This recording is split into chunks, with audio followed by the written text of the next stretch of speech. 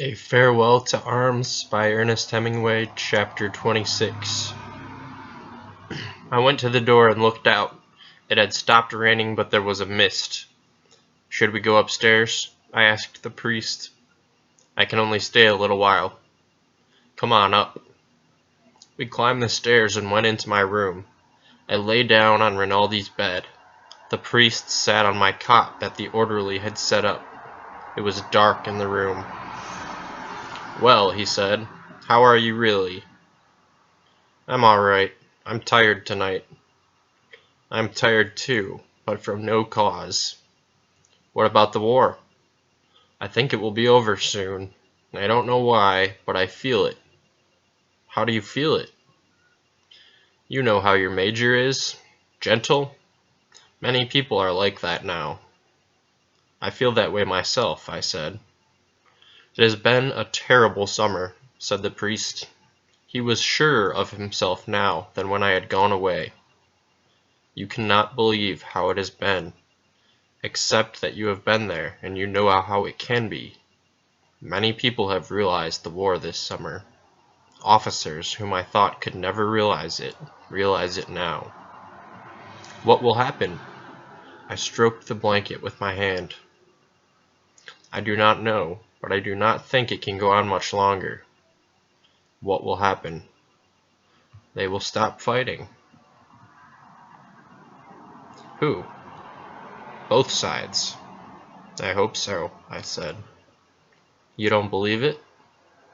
"I don't believe both sides will stop fighting at once." "I suppose not.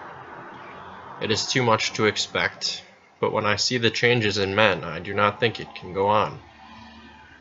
"Who won the fighting this summer?" "No one." "The Austrians won," I said. "They kept them from taking San Gabriel. They've won. They won't stop fighting." "If they feel as we feel, they may stop. They have gone through the same thing." "No one ever stopped when they were winning." "You discourage me." "I can only say what I think." "Then you think it will go on and on? Nothing will ever happen?" "I don't know. I only think the Austrians will not stop when they have won a victory. It is in defeat that we become Christian." "The Austrians are Christians, except for the Bosnians." "I don't mean technically Christian. I mean like our Lord." He said nothing. "We are all gentler now because we are beaten. How would our Lord have been if Peter had rescued him in the garden?" "He would have been just the same." "I don't think so," I said. "You discourage me," he said. "I believe and I pray that something will happen. I have felt it very close." "Something may happen," I said, "but it will happen only to us. If they felt the way we do, it would be all right. But they have beaten us. They feel another way." "Many of the soldiers have always felt this way. It is not because they were beaten." "They were beaten to start with. They were beaten when they took them from their farms and put them in the army. That is why the peasant has wisdom, because he is defeated from the start. Put him in power and see how wise he is." He did not say anything. He was thinking. "Now I am depressed myself," I said. "That's why I never think about these things.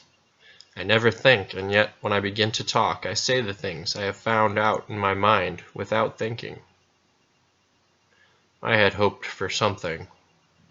Defeat? No, something more. "There isn't anything more, except victory. It may be worse." I hoped for a long time for victory.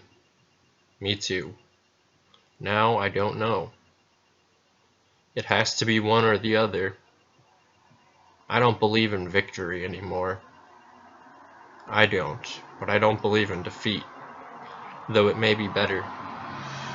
"What do you believe in?" "In sleep," I said. He stood up. "I am very sorry to have stayed so long, but I like so to talk with you." "It is very nice to talk again. I said that about sleep sleeping, meaning nothing. We stood up and shook hands in the dark. I sleep at 3:07 now, he said. I go out on post early tomorrow. I'll see you when you come back. We'll have a walk and talk together. I walked with him to the door. Don't go down, he said. It is very nice that you are back, though not so nice for you. He put his hand on my shoulder. It's all right for me, I said. Good night. Good night. Ciao. Ciao, I said. I was deadly sleepy.